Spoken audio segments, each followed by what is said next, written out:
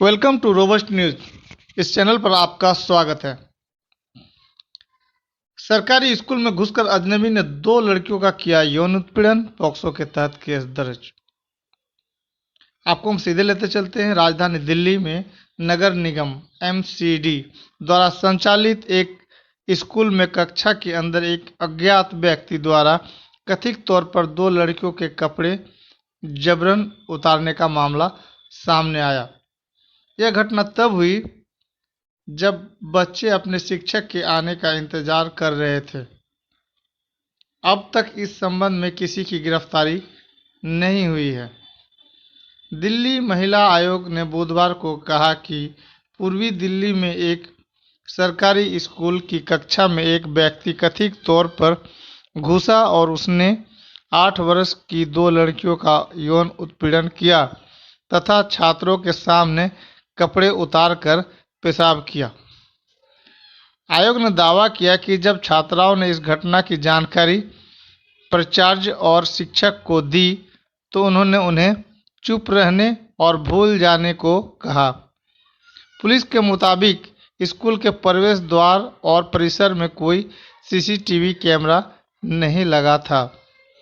Delhi police ने बताया कि भजनपुरा में पूर्वी दिल्ली नगर निगम (ईडीएमसी) के स्कूल में लड़कियों के उत्पीड़न के संबंध में एक मामला दर्ज किया है। पुलिस ने घटना से संबंधित विस्तृत जानकारी नहीं दी। दिल्ली महिला आयोग ने इस संबंध में पुलिस और पूर्वी दिल्ली नगर निगम को एक नोटिस जारी किया है। पूर्वी दिल्ली के महापौर श्याम सुंदर अग्रवाल ने कहा कि एक चूक हुई है और जांच के आदेश दिए गए हैं।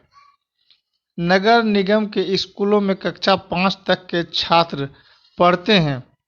दिल्ली महिला आयोग ने 30 अप्रैल को जारी नोटिस में कहा कि स्कूल असेंबली के बाद बच्चे कक्षा में अपने शिक्षक का इंतजार कर रहे थे, तभी एक अजनबी कक्षा में घुस गया। नोटिस में कहा गया, कथित तौर पर उसने एक बच्ची के कपड़े उतारे और उसने अश्लील शब्द कहे। इसके बाद वह दूसरी लड़की के पास गया और उसके तथा अपने कपड़े उतारे। इसके बाद आरोपी ने कक्षा का दरवाज़ा बंद कर दिया और बच्चों के सामने पेशाब किया। आयोग ने कहा, यह एक गंभीर मामला है और इस पर तत्काल कार्रवाई की जानी चाहिए। मामले की जांच के लिए विशेष दस्ते का गठन किया गया है। Welcome to robust news. Robust news में आपका फिर एक बार स्वागत है। कैसे टीपू सुल्तान ने लड़कर दलित महिलाओं को अपना स्तन ढकने का अधिकार दिलाया था? क्वेश्चन है। केरल के तरोनकोर इलाके, खास तौर पर वहां की महिलाओं के लिए 26 जुलाई का दिन बहुत महत्वपूर्ण है। इसी दिन 1859 में वहां के महाराजा ने अवर्ण औरतों को शरीर के ऊपरी भाग पर कपड़े पहनने की इजाज़त दी थी। अजीब लग सकता है, पर केरल जैसे प्रगतिशील माने जाने वाले राज्य में भी महिलाओं को अंगवस्त्र या ब्लाउज पहनने का हक पाने के लिए 50 साल से ज़्यादा सघन संघर्ष करना पड़ा। अब आपको हम बताते चलें कि स्तन ढकने को लेकर क्या नियम थे। इस कुरूप परंपरा की चर्चा में खास तौर पर निचली जाति नादर की स्त्रियों का जिक्र होता है, क्योंकि अपने वस्त्र पहनने के हक के लिए उन्होंने ही सबसे पहले विरोध जताया। नादर की एक उपजाति नादन पर यह बंदिशें उतनी ही नहीं थी। उस समय न सिर्फ अवर्ण बल्कि नंबूदिरी, ब्राह्मण और क्षत्रिय नायर जैसे जातियों की औरतों पर भी शरीर का ऊपरी हिस्सा ढकने से रोकने के कई नियम थे। नंबूदिरी औरतों को घर के भीतर ऊपरी शरीर को खुला रखना पड़ता था। वे घर से बाहर निकलते समय ही अपना सीना ढक सकती थी।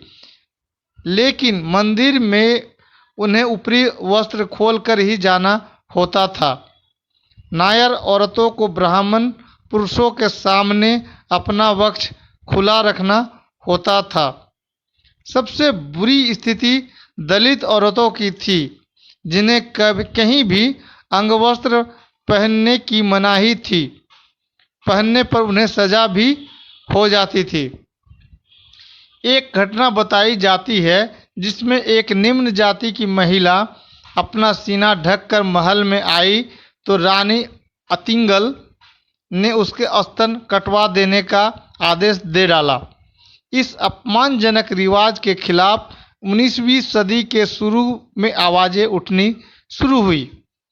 उच्च वर्ग के लोग जबरन महिलाओं के वस्त्र उतार देते थे।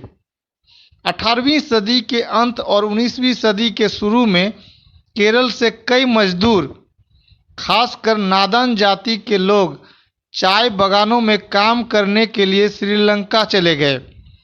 बेहतर आर्थिक स्थिति, धर्म बदलकर ईसाई बन जाने और यूरोपीय असर की वजह से इनमें जागरूकता ज़्यादा थी और ये औरतें अपने शरीर को पूरा ढकने लगी थी। धर्म परिवर्तन करके ईसाई बन जाने वाली नादर महिलाओं ने भी इस प्रगतिशील कदम को अपनाया। इस तरह महिलाएं अक्सर इस सामाजिक प्रतिबंध को अनदेखा कर सम्मानजनक जीवन पाने की कोशिश करती रही। यह कुलीन मर्दों को बर्दाश्त नहीं हुआ। ऐसी महिलाओं पर हिंसक हमले होने लगे। जो भी इस नियम की अवहेलना करती उसे सरे बाजार अपने ऊपरी वस्त्र उतारने को मजबूर किया जाता। अवर्ण औरतों को छूना न पड़े, इसके लिए स्ववर्ण पुरुष लंबे डंडे के सिरे पर छुरी बांध लेते और किसी महिला को ब्लाउज या कंचुकी पहना देखते तो उसे दूर से ही छुरी से फाड़ देते। यहाँ तक कि वे औरतों को इस हाल में रस्सी से बांधकर सरेआम पेड़ पर लटका देते ताकि दूसरी औरतें ऐसा करते डरें। टीपू सुल्तान ने दलित महिलाओं को दिलाया था सम्मान से जीने का अधिकार।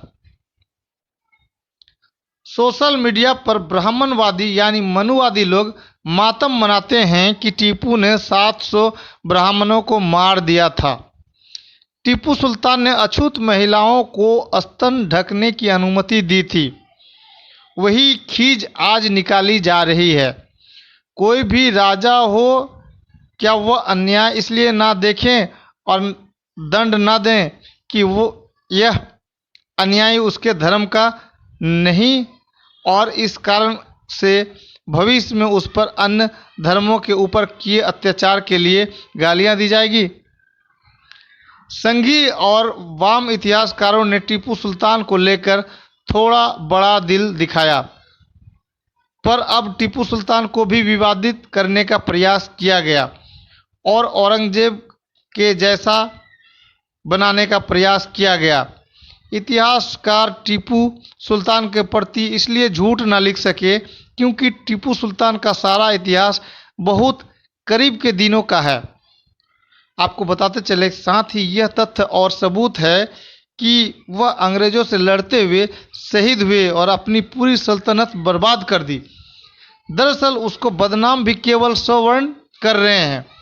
हकीकत यह है कि यदि इस देश के इतिहास को यदि निष्पक्ष रूप से लिख दिया जाए तो आज अचानक पैदा हो गए बड़े बड़े महापुरुष नंगे हो जाएंगे और जिन्हें खलनायक बनाया जा रहा है वह देश के महापुरुष हो जाएं।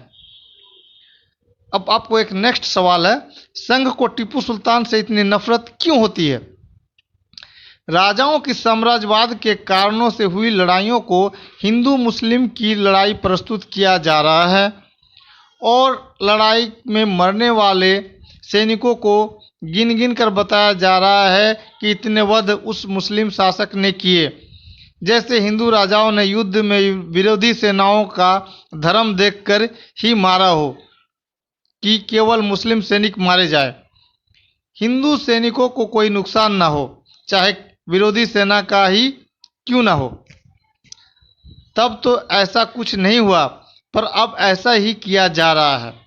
ब्रिटेन की नेशनल आर्मी म्यूजियम ने अंग्रेजी हुकूमत से लोहा लेने वाले 20 सबसे बड़े दुश्मनों की लिस्ट बनाई है, जिसमें केवल 2 भारतीय योद्धाओं को ही इसमें जगह दी गई।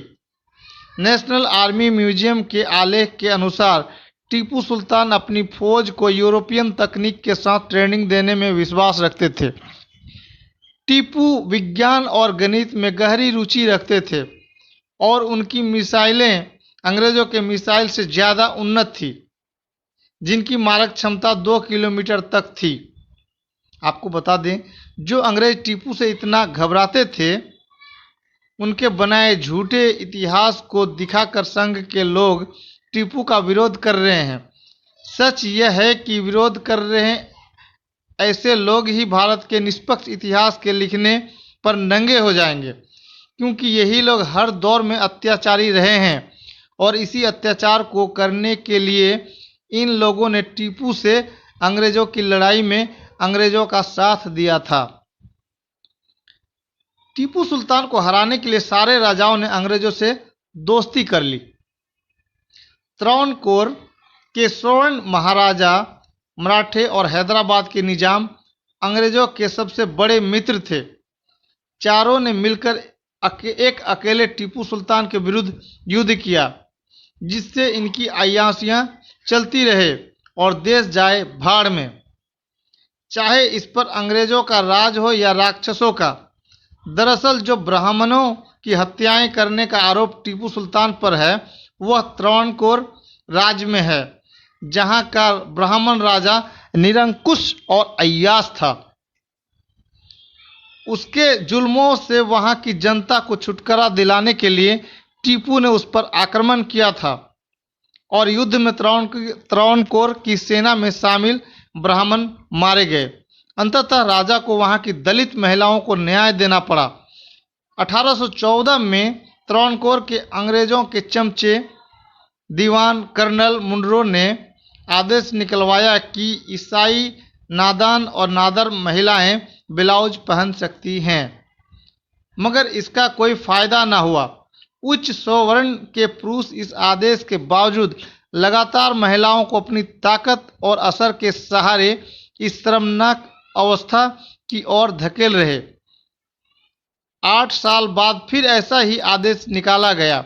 एक तरफ शर्मनाक स्थिति से उबरने की चेतना का जागना और दूसरी तरफ समर्थन में अंग्रेजी सरकार का आदेश। ज्यादा महिलाओं ने शालीन कपड़े पहनने शुरू कर दिए। अदालत में गवाही देने के लिए भी अंगवस्त्र उतारकर अंदर जाना पड़ा था। इधर उच्च वर्ग के पुरुषों का प्रतिरोध भी उतना ही तीखा हो गया।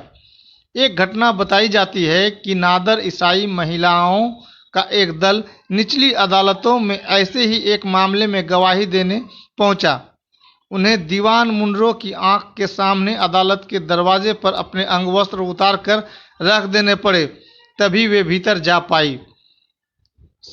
संघर्ष लगातार बढ़ रहा था और उसका हिंसक प्रतिरोध भी।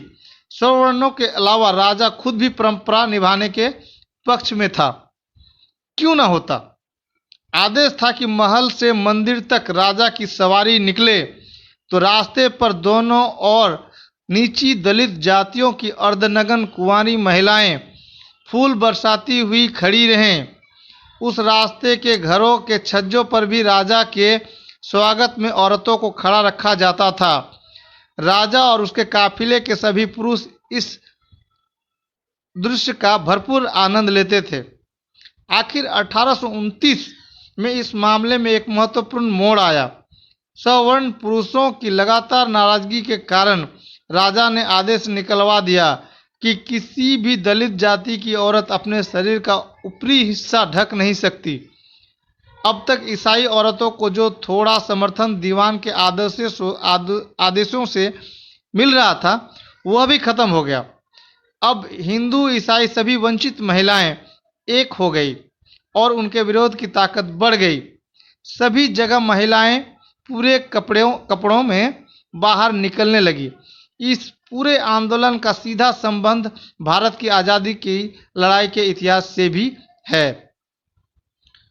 टीपू सुल्तान ने त्रावणकोर को हराकर इस रूढ़िवादी व्यवस्था का अंत किया।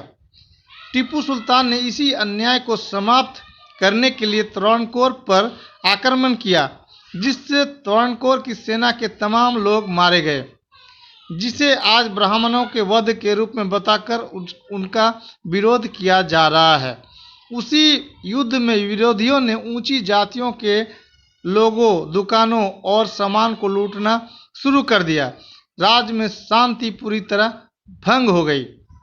दूसरी तरफ नारायण गुरु और अन्य सामाजिक धार्मिक गुरुओं ने भी इस सामाजिक रूढ़ी का विरोध किया और अंततः 26 जुलाई 1859 को वहां के राजा ने दलित औरतों को स्तन ढकने की अनुमति प्रदान की। टीपू सुल्तान से वही खींच आज निकाली जा रही है।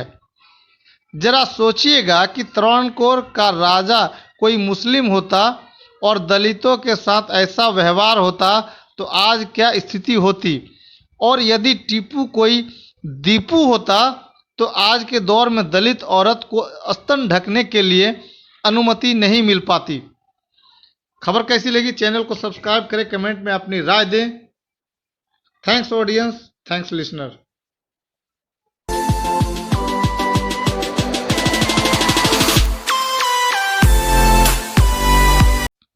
Welcome to robust news. Robust news में आपका स्वागत है।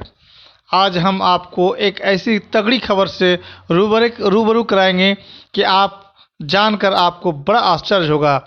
यहाँ किराए पर मिल जाती है दूसरों की बीवी, बाकायदा होता है एग्रीमेंट। शिवपुरी। हिंदुस्तान में कई प्राचीन प्रथाएं हैं जो आज भी चल रही हैं। आज जब महिलाओं को आगे बढ़ाने और उनके अधिकारों के लिए कानून बनाए जा रहे हैं, उन्हें बराबरी का दर्जा दिया जा रहा है, ऐसे में यह प्रथा सभी को झकझोर देती है। ऐसी कुप्रथाओं ने देश को शर्मसार ही किया है। आपको बता रहे हैं कि महिला सशक्तिकरण के बीच आज भी कुप्रथा के कारण महिलाएं अपने शोषण से आज़ाद नहीं हो पा रही हैं। किराए पर पत्नी, यह शब्द आपको हैरान कर देंगे, लेकिन सच है कि 1 साल के लिए कुछ रकम देकर आप दूसरों की बीवी, बहू या बेटी को किराए पर ले जा सकते हैं। दशकों पुरानी यह कुप्रथा आज भी मध्य प्रदेश के कुछ इलाके में चल रही है। दूर दूर से आते हैं खरीदार। मध्य प्रदेश के शिवपुरी जिले में यह कुप्रथा आज भी चल रही है। धड़ीचा प्रथा के नाम से इसे जाना जाता है। हर साल इस जिले में लड़कियों को किराए पर देने के लिए मंडी सजती है। इसमें दूर दूर से खरीदार भी आते हैं। जिसे जितने समय के लिए लड़की चाहिए वो उसे ले जा सकता है। कई लोग 1 साल के लिए महिला को अपने साथ ले जाता है। 1 साल उसे अपनी बीवी के तौर पर रखता है, बाद में उसे वापस छोड़ जाता है। आगे आपको बता दें, 15,000 से 25,000 है कीमत। लड़कियों को ले जाने के लिए आज भी इस गांव में मंडी लगती है। कोई 15,000 में ले जाता है तो किसी का सौदा 25,000 से ऊपर लगाया जाता है। इस मंडी में दूर दूर से खरीदार लड़कियों या महिलाओं को लेने आते हैं। अब एक और इंटरेस्टिंग चीज़ बताते हैं। चाल ढाल से लेकर खूबसूरती भी देखते हैं लोग। यहाँ आने वाले लोग महिलाओं और लड़कियों की चाल ढाल और खूबसूरती को भी देखकर सौदा करते हैं। इसके बाद 1 साल के लिए उसकी शादी कराकर विदाई दी जाती है। अब प्रशासन के खौफ के कारण यह दबे छुपे ही चलती है। हालांकि लड़कियों के परिजन अपनी खुशी से साल भर के लिए दूसरे पुरुषों को किराए पर दे देते हैं। इसमें यह कुंवारी लड़कियां भी हो सकती है या किसी की पत्नी भी हो सकती है। यह कुप्रथा ही है जिसे यह लोग आज भी नहीं छोड़ रहे हैं। बाकायदा होता है 1 साल का एग्रीमेंट। इन महिलाओं को 1 साल के लिए देने से पहले 1 साल का एग्रीमेंट भी होता है। इसके लिए 10 रुपये से लेकर 100 रुपये तक के स्टाम्प पर दोनों पक्ष साइन करते हैं। एग्रीमेंट की शर्त लिखी जाती है, इसके बाद ही अपने घर की लड़कियों को सौंपा जाता है। बढ़ाया भी जा सकता है अनुबंध, यानी एग्रीमेंट को बढ़ाया भी जा सकता है, एक्सटेंड करवा सकते हैं।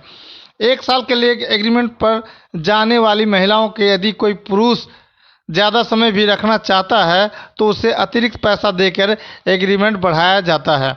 खास बात यह है कि किराए पर दी जाने वाली लड़की से शादी करना जरूरी होता है। अब आगे आपको बता दें कि किस लिए ले जाते हैं लोग। किसी को माँ की सेवा करवानी होती है, कोई शादी का नाटक करने के लिए किराए पर ले जाता है, किसी की शादी नहीं हुई है तो कुछ समय उसके साथ बिता सकता है। अब आपको एक और चीज़ बता दें, मध्य प्रदेश राज्य में लिंग अनुपात तेजी से बढ़ रहा है और शिवपुरी इलाके में इसका प्रभाव देखा जा सकता है। खराब लिंग अनुपात होने के कारण इस कुप्रथा को बढ़ावा मिल रहा है। यहाँ इसे धतीच प्रथा के नाम से जाना जाता है। इस कुप्रथा को बढ़ावा देने में महिलाएं भी बराबरी की जिम्मेदार हैं। कई बार पुलिस के सामने भी इस प्रकार की घटनाएं सामने आई, लेकिन महिलाएं ही इन अन्यायों के बारे में खुलकर बात नहीं करना चाहती, इसलिए कार्रवाई नहीं हो पाती। मध्य प्रदेश के अलावा अन्य राज्यों में भी फैली है यह कुप्रथा। अब आपको कुछ उदाहरण भी दे देते हैं। 2006 में गुजरात के भरूच में नेत्रगंज तालुका में एक मामला उजागर हुआ था। अता प्रजापति नाम का एक व्यक्ति अपनी पत्नी लक्ष्मी को मेहसाना में एक पटेल के साथ रहने के लिए छोड़ गया था। उसे 8,000 रुपये महीना किराया मिल रहा था। इसमें भी एजेंट और बिचौलिए ने गरीब परिवार को बढ़ावा देने का काम किया। वे पैसा का लालच देकर महिलाओं को बेचने के काम में दलाली करने लगे। गुजरात के ही मेहसाना, पाटन, राजकोट और गांधीनगर जैसे जिलों में महिलाओं की कमी ने एजेंटों और गरीब परिवारों को पैसा कमाने का एक जरिया दे दिया। बताते हैं कि इस काम में दलाल 65-70 हज़ार रुपये तक कमाते हैं और गरीब आदिवासी परिवारों को उनकी बेटियों के लिए 15 से 20 हज़ार देते हैं। आदिवासी युवा महिलाओं को 500 रुपये से लेकर 60,000 रुपये तक में किराए पर उपलब्ध कराते हैं और यह इस बात पर निर्भर करता है कि युवा महिला का परिवार कितना गरीब है और उसे पैसों की कितनी ज़रूरत है। एक दलाल के मुताबिक 1.5 लाख रुपये से लेकर 2 लाख रुपये प्रति माह कमा रहे हैं। और आपको एक और बहुत बड़ी बात की खुलासा करते हैं, क्योंकि ये है रोबस्ट न्यूज, अंदर तक की खबर को बाहर निकालते हैं। मीडिया रिपोर्ट के मुताबिक मध्य प्रदेश में चलने वाली यह कुप्रथा कई दशकों से चल रही है, जिसे रोकने के लिए कोई प्रयास नहीं हुए। हालांकि इस दिशा में 1-2 NGO पहल कर चुके हैं। ऐसा लगता है कि गरीब परिवारों की महिलाएं और लड़कियों की कीमत जानवरों से भी गई गुजरी है, यानी भेड़ बकरियां समझी जाती है बेटियों को।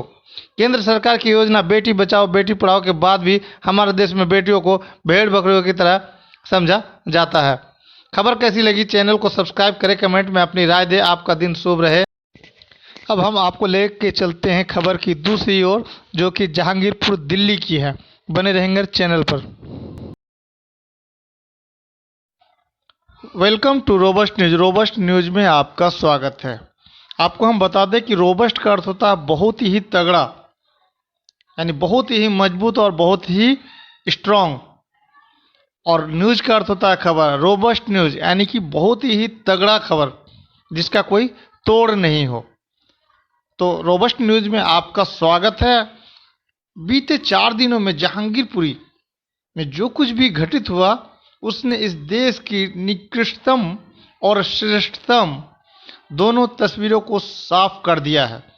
इस छोटी सी अवधि में ही हम जान गए हैं कि भारत को पूरी तरह से तबाह कैसे किया जा सकता है, साथ ही यह भी कि अगर उसे बचाना है तो क्या करना होगा। जहांगीरपुरी की घटनाओं ने भारत का निकृष्टतम और श्रेष्ठतम दिखला दिया है। 2 दिनों में ही हमें मालूम हो गया है कि भारत को पूरी तरह से तबाह कैसे किया जा सकता है, और यह भी कि अगर उसे बचाना है तो क्या करना होगा। जो निकृष्टतम था वह भारतीय जनता पार्टी, प्रशासन और पुलिस के वक्तव्यों और कृत्यों में प्रकट हुआ। हिंदी टेलीविजन चैनलों के पत्रकारों में भी आम आदमी पार्टी ने फिर साबित किया कि यह द्विअर्थी संवादों की कला पर इतनी मुग्ध है कि वह नहीं देख पा रही है कि उसकी चतुराई भी उसकी अवसरवादिता और कायरता को नहीं छिपा सकती। जहांगीरपुरी में हनुमान जयंती के दिन एक हिंसक भीड़ को उन गलियों से गुजरने दिया गया जिनमें ज़्यादातर मुसलमान रहते हैं। हाथों में तलवार, दूसरे धारदार हथियार, तमंचे लहराते हुए और मुसलमानों को गालियां देते हुए यह हिंसक भीड़ शाम की नमाज के वक्त मस्जिद के सामने हंगामा करने लगा। मुसलमानों ने इस भीड़ को पीछे धकेला, पत्थर चले, रिपोर्ट है कि गोलियां चली। पुलिस के सामने यह सब कुछ हुआ। पुलिस ने कहा कि यह जुलूस बिना उसकी इजाज़त के निकाला गया। ऐसे जुलूस को वह शोभा यात्रा कहती है। गाली गलौज, बंदूक तलवार के साथ हुड़दंग को अगर हम शोभा यात्रा मानते हैं तो हम भी धन्य हैं।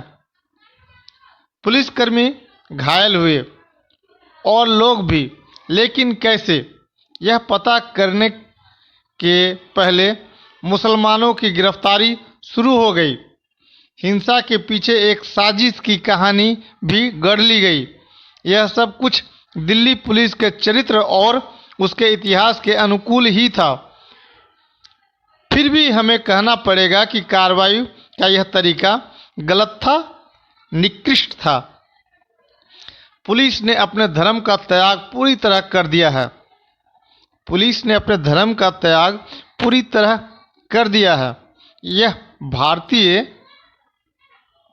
जनता पार्टी की राजनीतिक परियोजना को लागू करने वाला दंडात्मक बल मात्र बनकर रह गई है। इसमें उसे आनंद भी आ रहा है। सारी प्रक्रियाओं को धत्ता बताकर मुसलमानों के खिलाफ द्वेषपूर्ण हिंसा में भाग लेना, बल्कि उसे कानूनी जामा पहनाना ही दिल्ली पुलिस का मुख्य काम रह गया मालूम पड़ता है। पुलिस ने इस हिंसा के बाद एक बार बयान जारी किया कि बिना अनुमति जुलूस निकालने के लिए उसने विश्व हिंदू परिषद के नेता को नोटिस जारी की। यह भी कि शायद इस अपराध के लिए एक जिम्मेदार नेता को गिरफ्तार भी किया है। पर तुरंत ही परिषद ने पुलिस को सार्वजनिक रूप से उसके खिलाफ युद्ध की धमकी दी। तुरंत पुलिस ने सफाई दी कि नेता से सिर्फ तफ्तीश के सिलसिले में बातचीत की गई थी। ऐसा करके उसने गुंडों के सामने अपना इकबाल खत्म कर लिया।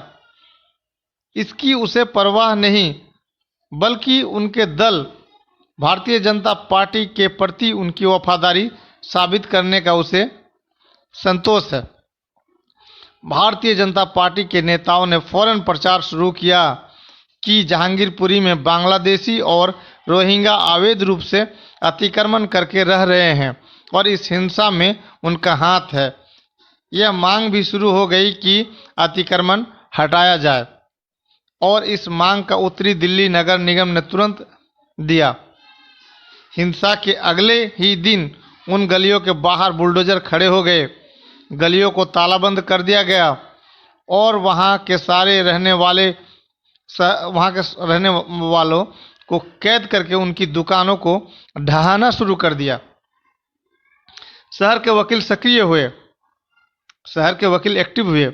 उच्च न्यायालय और सर्वोच्च न्यायालय के सामने अर्जी लगाई कि इस अतिक्रमण विरोधी अभियान को फौरन रोका जाए। सर्वोच्च न्यायालय ने इस कार्रवाई को तत्काल रोकने का आदेश दिया। लेकिन मेयर और अधिकारियों ने खबर मिलने के बाद भी बुलडोजर नहीं रोके। इससे यह साफ हो गया कि वे मात्र अपना कर्तव्य नहीं निभा रहे थे और नाकानूनी व्यवस्था लागू करने की बाध्यता के कारण वे दुकानों, घरों और मस्जिद को ढहाने का काम कर रहे थे, जो कोई भी अपनी इच्छा से नहीं करना चाहेगा। लोग मजबूरी में यह करते हैं क्योंकि ऐसा उन्हें करना पड़ता है। लेकिन जब सर्वोच्च न्यायालय ने उन्हें रोक दिया, तब भी उन्होंने ध्वंस जारी रखा, बल्कि आदेश दिखाने के बाद भी कहा कि जब तक उनके हाथ कागज आधिकारिक तरीके से नहीं आता, वे नहीं रुकेंगे। इससे साफ हो गया कि यह मात्र मुसलमानों को प्रताड़ित, परेशान करने का बहाना था। इससे इस राजनीतिक दल का ही नहीं, बल्कि प्रशासकों के भीतर के निकृष्ट मुसलमान विरोध का भी एक और प्रमाण मिला। चूंकि अभी भी उन्हें प्रक्रिया की आड़ लेनी है, तो इस विध्वंस में हिंदू भी चपेट में आ गए, लेकिन इरादा साफ था। इस बीच हिंदी जनसंचार माध्यमों ने अपने भीतर के निकृष्ट मुसलमान विरोध का अश्लील प्रदर्शन हुआ। मुसलमानों के घर टूट रहे हैं, उनकी रोजी रोटी के साधन नष्ट किए जा रहे हैं। यह देखकर जो उछल रहा है, नाच रहा है, चीख रहा है, वह क्या इंसान भी है? पत्रकार होने की बात तो छोड़ ही दीजिए। यह निकृष्टता टेलीविज़न के पर्दों से हमारे घरों में गलाजात फैला रही है, लेकिन इसमें हमें मजा आ रहा है। इस घटियापन के बिना वह क्रूरता संभव नहीं थी जो भारतीय जनता पार्टी की राजनीति का स्वभाव है। घटियापन आम आदमी पार्टी के नेताओं के बयानों में था, जब उन सब ने कहा कि बांग्लादेशी और रोहिंग्या लोगों को भाजपा बसा रही है ताकि वह दंगा करा सके। यह भी उन्होंने कहा कि भाजपा गुंडों और लफंगों की पार्टी है, लेकिन इससे उनकी चतुराई छिपाई नहीं छिपती। उनके बयान में बांग्लादेशी और रोहिंग्या के बहाने मुसलमानों के खिलाफ घृणा प्रचार है, लेकिन वह समझने वाले सब समझ रहे हैं। आम आदमी पार्टी की यह चतुराई इसलिए और भी क्रूरतापूर्ण है कि वह जिन्हें बाहरी कह रही है, वे उसके मतदाता रहे हैं। उनके बल पर वह सत्ता में आई है और अब उनका इस्तेमाल करके वह मुसलमानों के खिलाफ पूर्वाग्रह और घृणा को और गाढ़ा कर रही है। उसके समर्थक यह कहकर उसकी वकालत करते रहे हैं कि वह हिंदू भले ही दिखे, मुसलमान विरोधी नहीं, लेकिन उसके हर बयान से जाहिर होता है कि वह मुसलमानों के खिलाफ घृणा का खुलकर इस्तेमाल करती है। यानी बिना मुसलमान विरोधी घृणा के हिंदूपन संभव नहीं, यह साबित किया जा रहा है। और भले आपके समर्थक हों, मुसलमानों की बलि चढ़ाने में उसे संकोच नहीं। ताकतवर लोगों के इस तमाम घटियापन और क्रूरता के बीच हमें इंसानी भलाई और श्रेष्ठता के सबूत मिले। जिन गलियों में हिंसा हुई थी, उसमें रहने वाले हिंदुओं और मुसलमानों ने एक दूसरे का साथ नहीं छोड़ा। हिंदू औरतों और मर्दों ने खुलकर कहा कि यह हिंसा उस लफंगों की भीड़ ने भड़काई थी जिसे पुलिस शोभा यात्रा कह रही है। हिंदुओं ने अपने पड़ोसी मुसलमानों को दोषी मानने से इनकार कर दिया। मुसलमानों ने भी अपनी नागरिकता का दावा इस हिंसा के बावजूद बरकरार रखा। राजकीय हिंसा के सामने ऐसा करने के लिए खासी हिम्मत चाहिए। वह हिम्मत असाधारण नहीं है, यह जहांगीरपुरी के निवासियों ने बतला दिया है। इस निकृष्टता के बीच ऐसे वामपंथी कार्यकर्ता थे जो इन गलियों में मौजूद रहे पहले दिन से। अगले दिन जब बुलडोजर रुक नहीं रहे थे, तो मार्क्सवादी कम्युनिस्ट पार्टी के बृंदा क्रात और हन्नान मुल्लाह वहां पहुंचे और बुलडोजर के सामने खड़े हुए। कोई कारण न था कि वे वहां जाते, संसदीय राजनीति के घटिया तर्क से उनके वोटर यहाँ नहीं है। अगर कोई यह आरोप लगाए कि वे बंगाल को ध्यान में रखकर ऐसा कर रहे हैं तो इससे उसका घटियापन जाहिर होता है। बंगाल में चुनाव हो चुके हैं और इस अच्छाई की स्मृति बंगाल की व्यवहारिक बाध्यता के आगे याद रखी जाएगी, उसमें शक है। निश्चय ही माकपा के नेता किसी फायदे के लिए यह नहीं कर रहे थे। और उन वकीलों को याद रखिए जिन्होंने अदालतों दरवाजे खटखटाए। यह सब कुछ वह है जिसके सहारे हम उस निकृष्ट क्रूरता से लड़ सकते हैं जो हमें दलदल में घसीट रही है। खबर कैसी लगी? चैनल को सब्सक्राइब करें, कमेंट में अपनी राय दें। एक बिल्ली अपने बच्चे को 7 दरवाजा दिखाती है, तब जाके बिल्ली का आंख खुल जाती है, बिल्ली देखने लगता है। इन भारतीय मुसलमानों की आंख कब खुलेगी, ये आप कमेंट बॉक्स पर लिख सकते हैं। आपका दिन शुभ रहे। Thanks audience, thanks listener.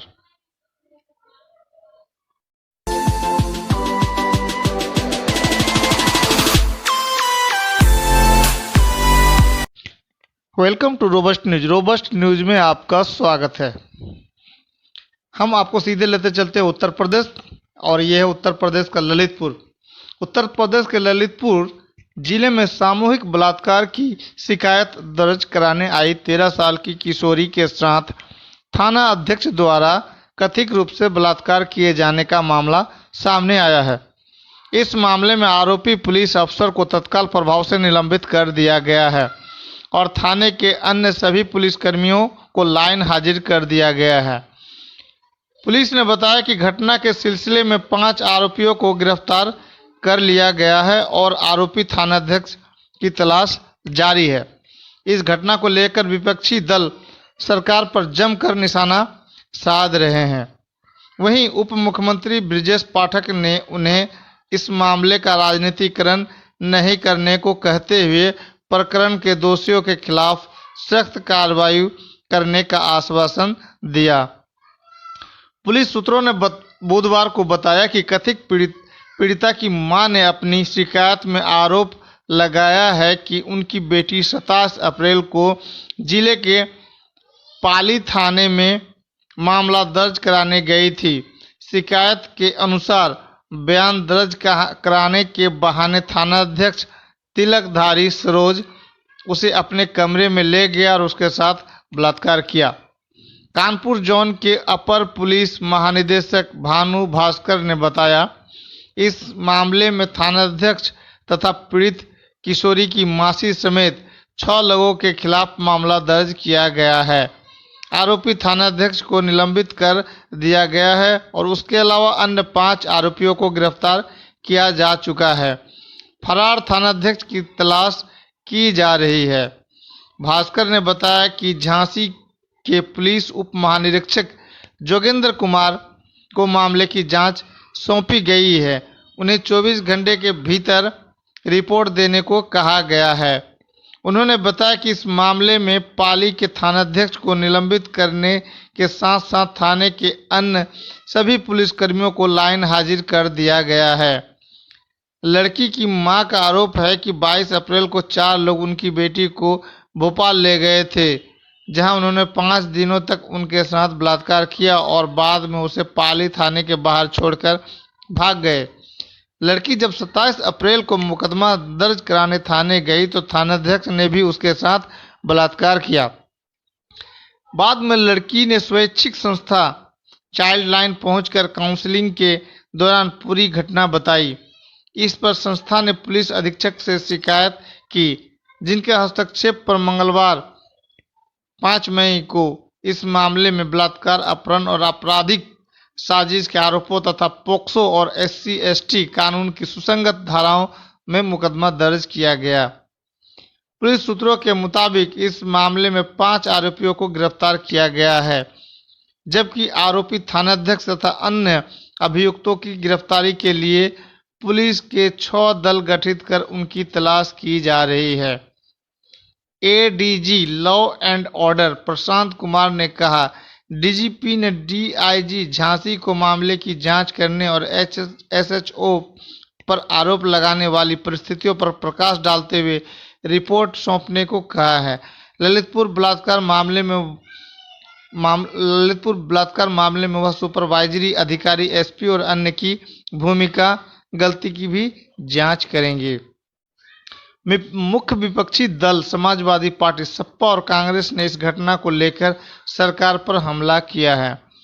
Sapa ने एक ट्वीट कर कहा, भाजपा सरकार में सबसे बड़ा सवाल यह है कि किस पर भरोसा किया जाए और किस पर नहीं। ललितपुर में बलात्कार की शिकायत करने पहुंची नाबालिग से थाने में ही एसओ थानाध्यक्ष ने की दरिंदगी। अब सीएम मुख्यमंत्री बताए, पीड़ित बेटियां जाएं तो जाएं कहां। पीड़िता की सुरक्षा का इंतजाम कर दोषियों को मिले कठोरतम सजा। पार्टी ने एक अन्य ट्वीट में बताया कि सपा अध्यक्ष और उत्तर प्रदेश के पूर्व मुख्यमंत्री अखिलेश यादव पीड़ित बच्ची के परिजनों से मुलाकात के लिए ललितपुर रवाना हो गए हैं।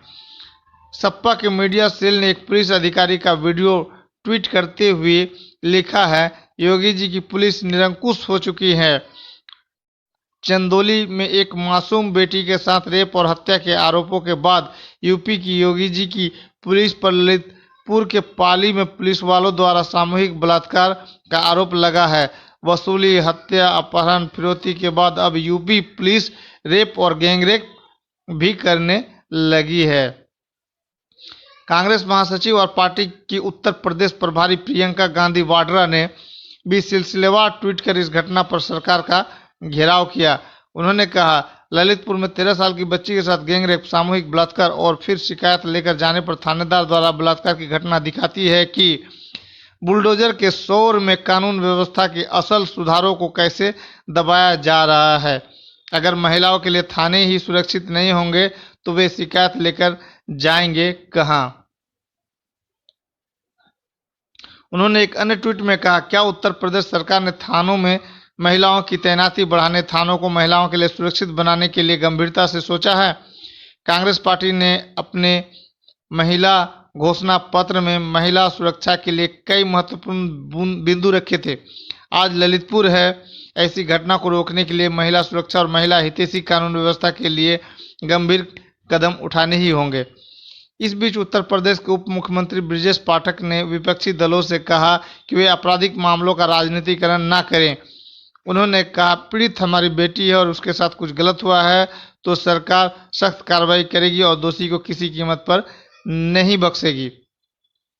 उन्होंने कहा, सरकार इस मामले को फास्ट ट्रैक अदालत में ले जाएगी और घटना में शामिल पुलिसकर्मियों के खिलाफ इतनी सख्त कार्रवाई होगी कि उनकी अगली पीढ़ियां तक करार उठेगी।